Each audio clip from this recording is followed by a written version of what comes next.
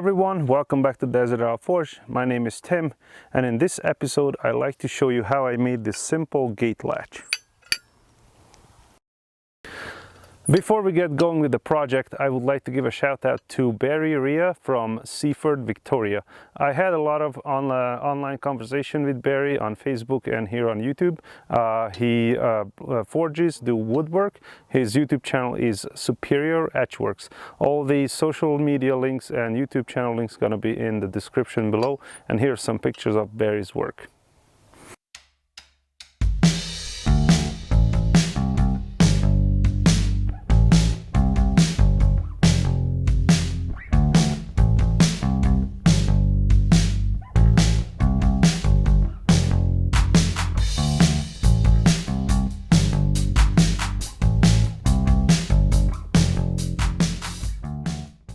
So we start this project with an 11-inch long, 1/2 inch by 1/2 inch square stock.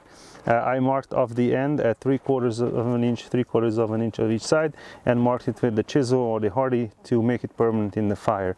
The first step we're going to do is to forge a shoulder at this line and reduce the thickness to 1/2 inch, but 1/4 inch, but leave the width 1/2 inch, and then we're going to bend it 90 degrees, and that's going to create a low attachment point to where this bracket attaches to the frame of the gate. Here it is, nice and hot. You find a nice sharp corner and put the mark on the corner, and take the 3-pound hammer and strike down half face over the anvil, half face over the edge, creating a shoulder. And now we draw it out to the desired length and thickness. You can leave it longer, make it a little bit longer, and then we cut it down before we finish this piece. Let's give me another heat, and I'm gonna forge down a little bit more, and then I go on the other side. And now just finish off the forging. Once I'm happy with the thickness, I stop and do the other side to match this one. And here is a close-up of forging the shoulder. As my hammer goes halfway over the anvil and halfway over the edge, we create that shoulder that way.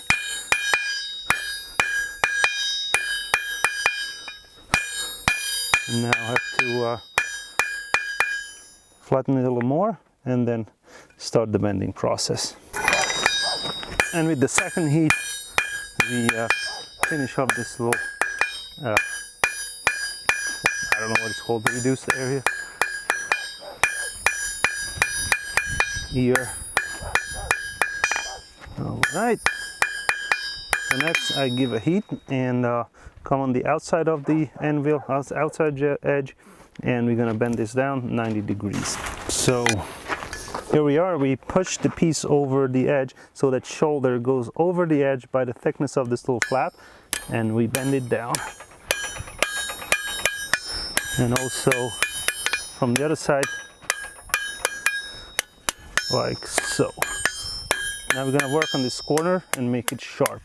The way I'm gonna do that, I'm gonna push it over the edge and hammer this way, upsetting this area and pushing this over to the other side. If you would do it here like this and hammer, you would just thin this area, and then this would be either sheared off or just so thin that you're gonna break. So we're gonna give it another heat and start hammering. So we are upsetting this material into itself, and at the same time we're from the top pushing that corner back, so you have a sharp corner there.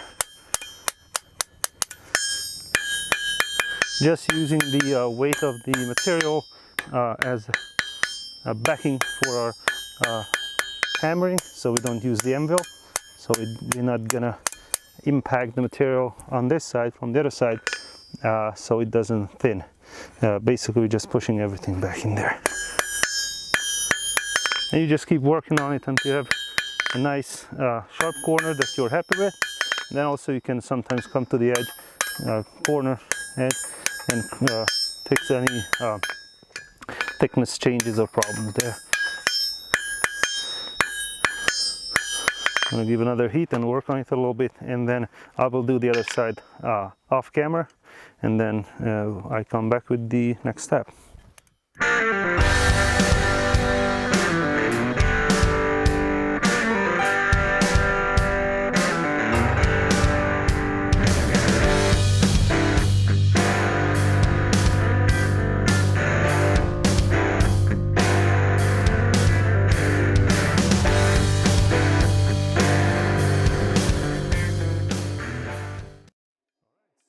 Forging the flaps are done. The next step is going to be bend this to a semicircle, and then going to be using the bending fork and the horn of the anvil. We're going to start on the horn of the anvil, so get the very end curved on both ends, and then I'll do the use the bending forks to create a semicircle. Before everything, I'm going to mark the center of the this piece, so I find it easier, and I just put a center punch there, and there we're gonna work on that after the curving is done. All right, so we just measure it. It's 9.5 inches. Half of that is 4 3/4, and we're just gonna put a center punch there. Remember, we started with 11 inches. We marked 3/4 of each end. It's 1.5 inches, so we are at 9.5 inches, so we didn't lose any of the length, which is you might have to keep an eye out for if you want to forge precisely. So next we're going to heat up the ends and give a little starting curve on the horn of the anvil, and then I come to the bending forks and do the semicircle. So I cooled down the ear a little bit so it doesn't bend too much, and just putting it on the horn of the anvil and use the natural curvature of that, the bigger radius, and just bend it to that. This will help us to get this one bent also, because with the bending forks it's kind of hard. Now I'm gonna heat up again and straighten this out so it's kind of perpendicular to the whole radius. So do that, and then so heat it up the whole ear, and now just making it perpendicular a little bit, because when we hammered on it, it bent in a little bit. All right, so I'm gonna do the other side now. So we just cool it down,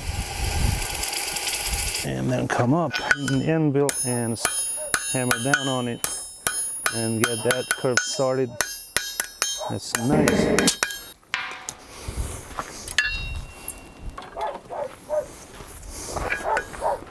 And fixing that. Okay, so next we're gonna come to the bending fork and finish the curve.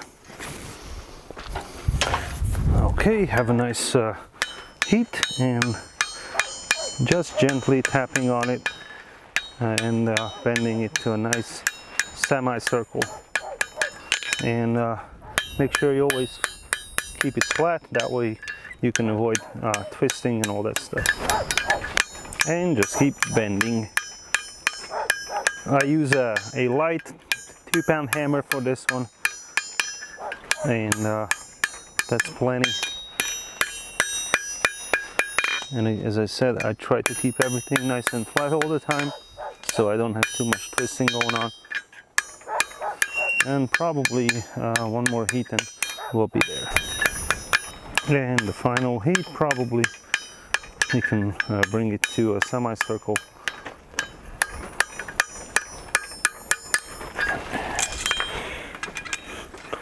And then you're gonna do the next step. I probably have to give another heat though, right here. So the bending is done. Now I'm gonna heat up the these flaps or attachment points, and make sure when they attach to the bar or the frame, they flat. So I'm gonna heat that up and just hammer them down, and then we go and create a little socket for our rivet here. I'll do this first, and then I'll show you or explain the next step. So first we're gonna do one side, make sure it's nice and flat, and then we're gonna just heat up the other side and do that one as well. Also make sure it's no twists, and then they're all flat and perpendicular, everything. When you attach it to the frame of the gate, that's very important. Otherwise, everything will be. And now the other side. All right. So now I'm satisfied with the result, and the next step will be to fumble a little bit. The next step will be where I mark the center. I'm gonna punch a little socket so our rivet can land in there, and it also gives a little feature to it versus just drilling through. Also gives more material over there, and as I attach the latch, you have more surfaces holding against each other, so it reduces wobbling a little bit. So these are the two punches I'm gonna use to punch that little socket. This is more like a conical punch with a rounded edge. I'm gonna start with this one because it's a lower, smaller profile. It aids me to start the little socket on a 1/2 inch square, and also creates a landing for the bigger punch. The bigger punch is a semi-round with a flat end, and that's gonna be the landing surface for our rivet head. So let's heat up the material, and then should be about 2 heats, one with the narrower punch and then with the final punch. So first punch is the narrower punch, and just drive it in.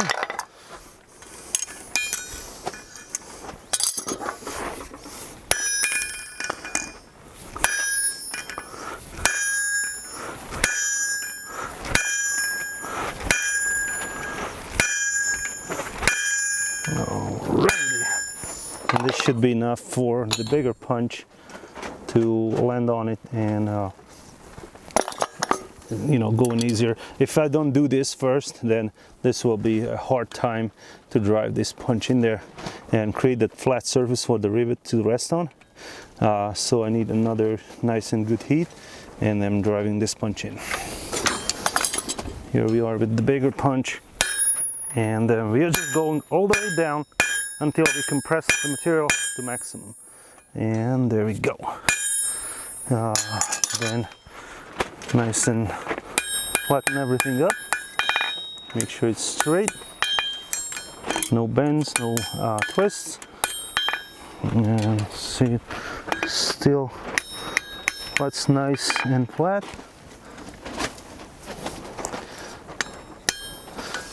And that's it. So here's the finished bracket that will hold the latch. The next step on this piece will be drilling holes for rivets, but I'm going to do that at the end. First, I'm going to forge the latch part out of a 1/4 inch by 1 inch flat bar. So just a few notes: I took off the edges, hammered off the edges. I like that feature. Also, as you can see, we created this larger surface to connect the latch on, so it's reducing wobbling a little bit, and also creates enough room for comfortable rivet attachment. So the next step is to forge the latch. I have a piece of 1/4 inch by 1 inch flat bar, and I marked a line at 1.5 inches in. We're going to forge a shoulder and stretch this out to a long point, and then round that material, and that's going to be our latch handle, and then forge down this a little bit to the actual latch part. So we're going to give a heat and come to the shoulder and create that, come to the edge of the anvil, create the shoulder, draw it down. So we come to the inside edge of the anvil, put the material there on the mark is, and then create that shoulder just as we did with the bracket part. I'm gonna draw this out and to a square section, more or less, or maybe just a rectangular, like a 1/2 by 1/4. And then we're gonna bend this up and forge it down to a point and create a little scroll-like handle there. and then we draw down this just a little bit to create a nice hand forged look.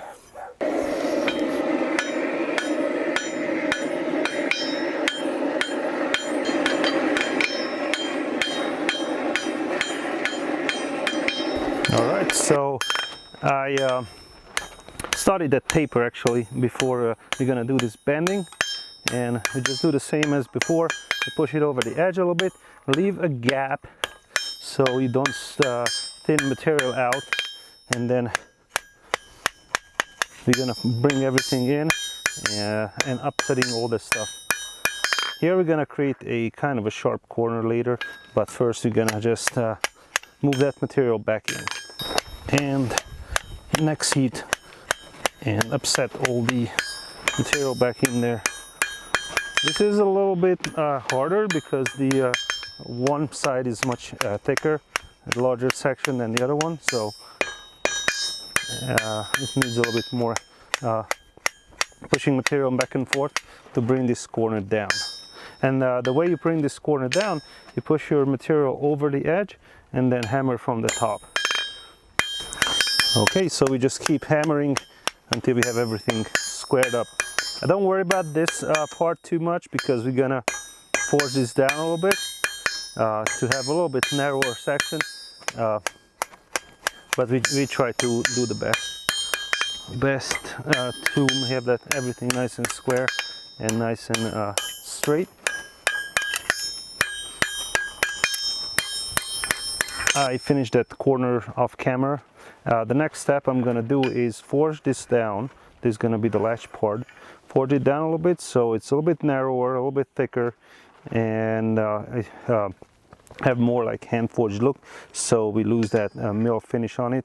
And I do that in a time-lapse manner, and then I come back and forge this down to a long point, round it, and then we create the handle.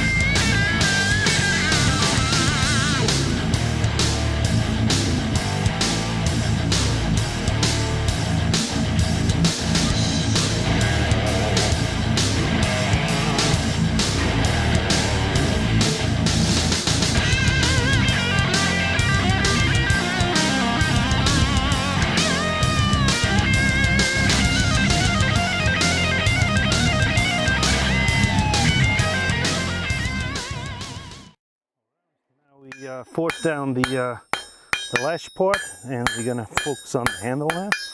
I'm just forging a nice point about maybe 5-6 inches long. Depends how large your handle, large you want your handle to be.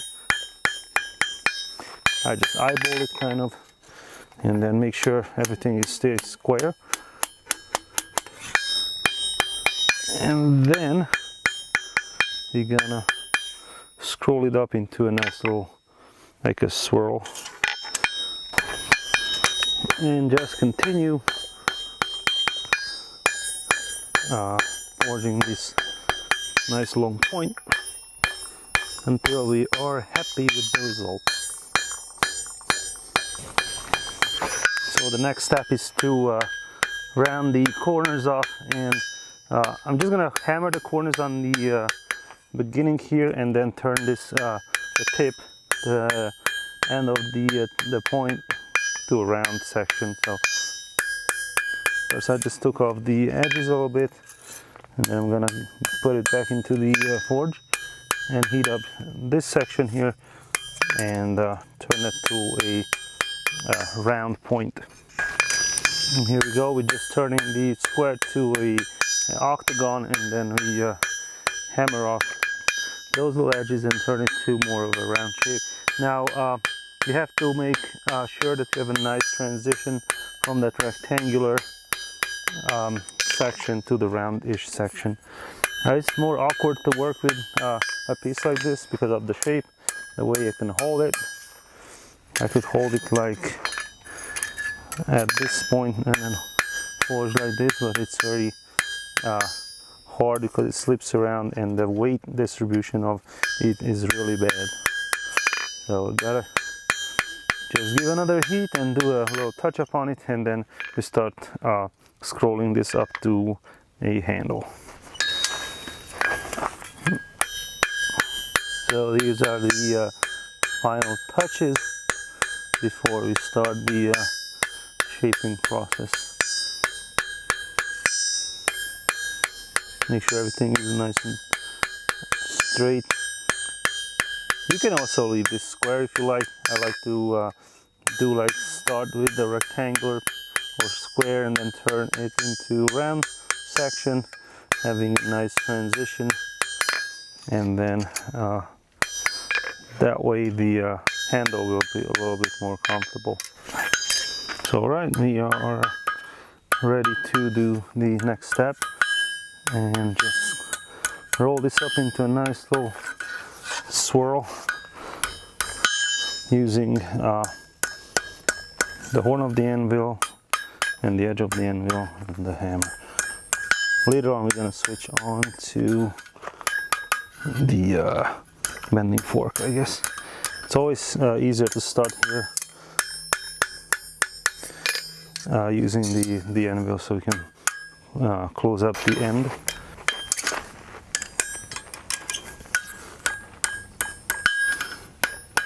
And I want to make this end somewhat tight and create a larger, like, round disc scrolly shape. So you're gonna still roll these in, and I don't even need the bending fork, maybe a little bit just to adjust at the very end. I might be able just to use the anvil.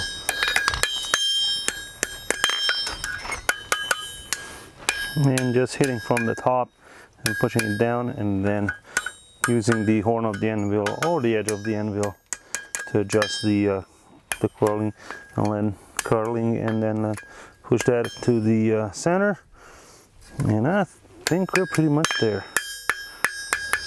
So here's the finished latch part, this little swirly handle and the latch part itself.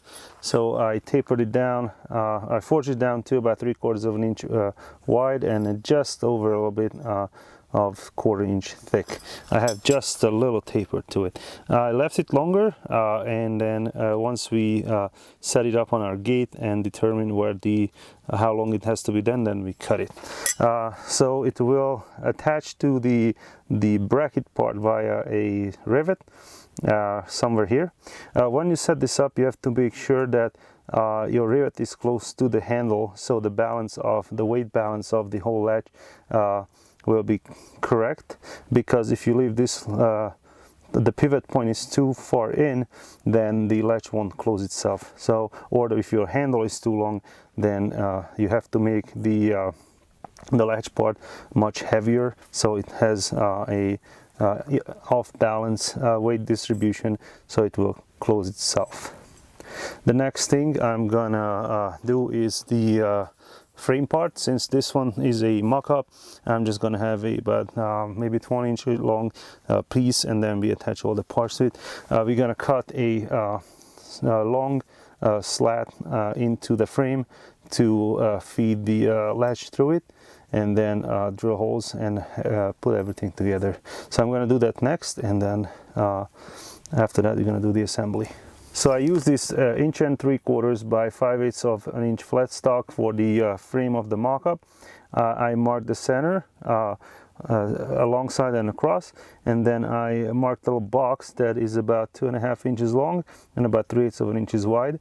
You're going to drill holes in it, and then I use a cold cut chisel to cut out this section, and then use a file to file a nice square hole in it. Then we're going to attach all the parts. Well, I'm going to do that in time lapse, and then I'll come back to you with the final assembly.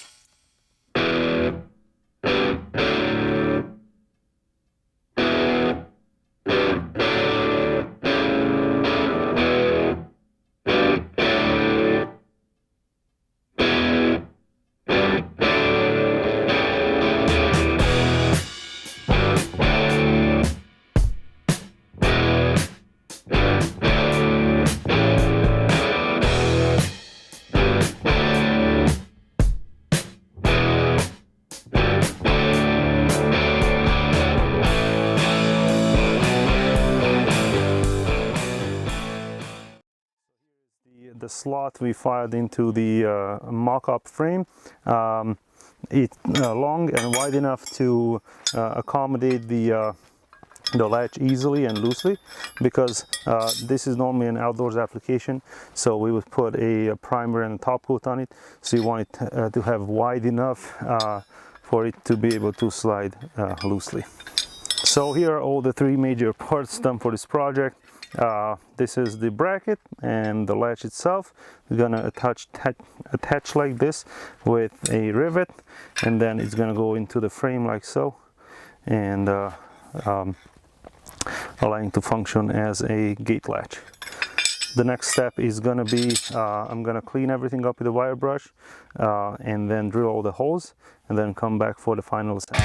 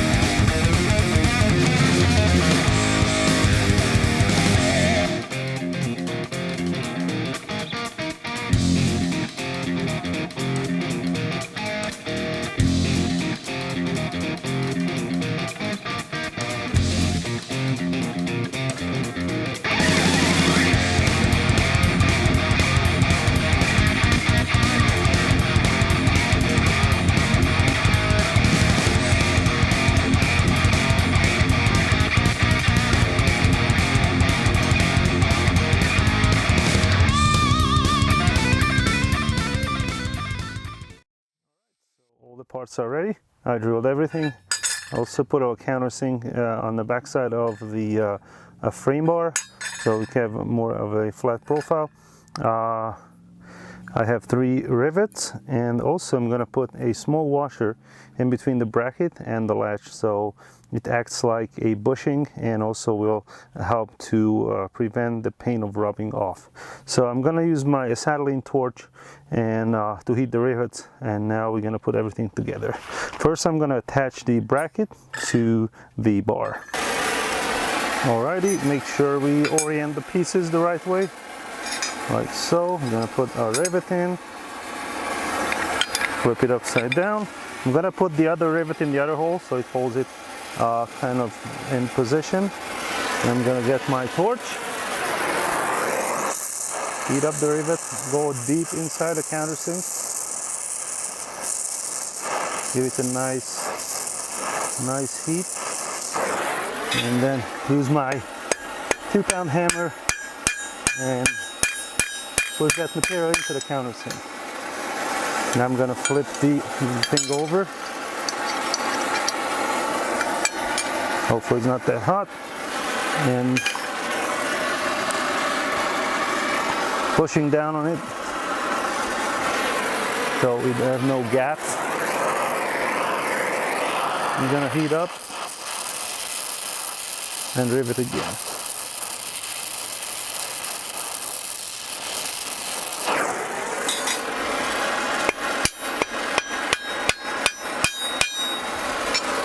No gaps, good. Everything looks pretty good. The next step's going to be putting the latch on. Alright, for this one I'm going to use this bending fork, because the rivet head is in the socket. So I'm going to put that in there, place it on the top of my bending fork, place a little washer, place the latch, and then I'm going to come with a torch, heat it up, and just hammer the rivet head.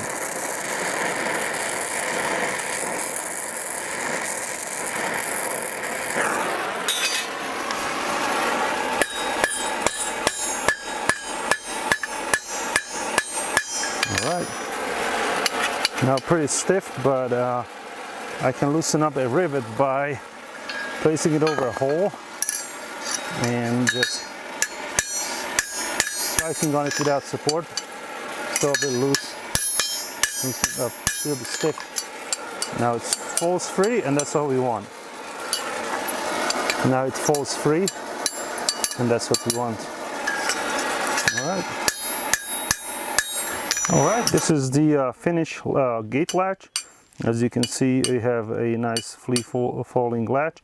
Once you set it up to a certain project, you can cut to whatever length you desire or whatever is needed. And the little washer acts as a little spacer and bushing, so that prevents the rubbing of the two parts together, and also will prevent the paint coming off. Now, if this is a project that you put outside, I would recommend to paint all the parts before you put them together, so there is paint in between the pieces. I'm probably just going to put a spray painted so it doesn't rust, or I might just put a clear coat on it, and that's it. So there's one more step I'm gonna show you, is how to make the little catch part. I'm not gonna incorporate it into this mock-up because there's nothing to attach it to, but if I show you how to do that, and you do working on something like a gate, and then you can figure out how to put that on the post that will catch the latch. All right, so to do the catch, we are using a 1/4 by 1 inch flat bar. I marked about 1 inch off of the end. You're going to forge a shoulder here. That will be our catch shoulder, and then we taper this down a little bit. We're not forging it to quite a sharp point, but just to taper it down a little bit, so as our latch comes in, it slides up on it and drops down behind that shoulder. So we place the mark on the outside edge of the anvil, and just like before, we forge the shoulder.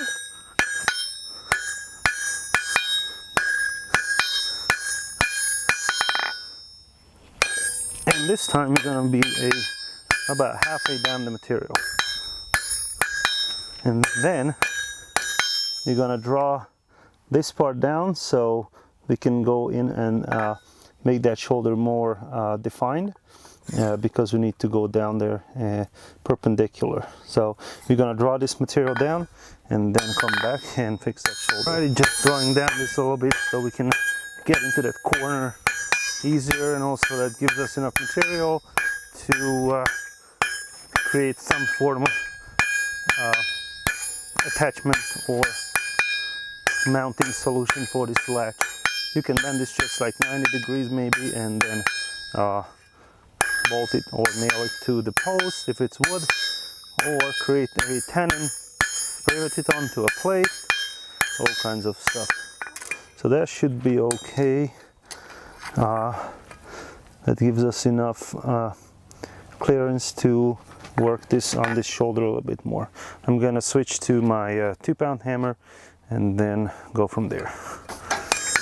So we put this on the edge of the anvil, find a nice corner and just upset it back a little bit to define that corner a little bit more and have a nicer, sharper edge there. You can probably come back with the file and just clear that up, because if the edge of the anvil is not that good, like this one for example, then you're not going to have a nice sharp corner. But we pushed enough material back so it's more or less perpendicular. The next step will be to create the taper on this side, and that will lead the latch up onto this catch surface. You want to go probably just a bit below the surface of the landing, and then that way when you close the gate, it will automatically lift and automatically lock itself. So you don't have to lift the latch, the handle, in order to close the gate. So we just create a nice taper and try to push the material down and out a little bit. Now, to prevent the fish slip, you're going to go and upset it back and then come back. And if you want to create a nice radius there, but you can go just have maybe a compound area that was more radius on the top and have a little flat area down towards the bottom. All right, and here back, pushing that fish leaves back in and forging everything nice and flat, and also creating more taper and curve at the same time. You have to make sure everything is nice looking, and also the thickness is the same all over, so you don't have like this part bulging out. As you forge it down, it does, but you have to push it back. You can also create a little edge by tapering on the edge. That way you reduce the surface of the sliding surface, creating less friction. So at this point it's just a back and forth. I'm almost there actually. Let me just finish this off. So here's the semi-finished catch. This part you could bend it, put a screw or nail in it, or forge a little tenon, put a plate on it, depends what your project calls for or how you're gonna attach it to the post. And the way it would work, it would catch this latch by sliding and dropping down behind that low shoulder. So I'm not going to incorporate this into this mock-up, but I just made it so you can cut it out if you want, but if you want everything hand forged, then this would be the way to do it. You can start it with a little bit wider if you want a better catch, but this is all the way halfway up to the latch, so I think this would be pretty good. All right.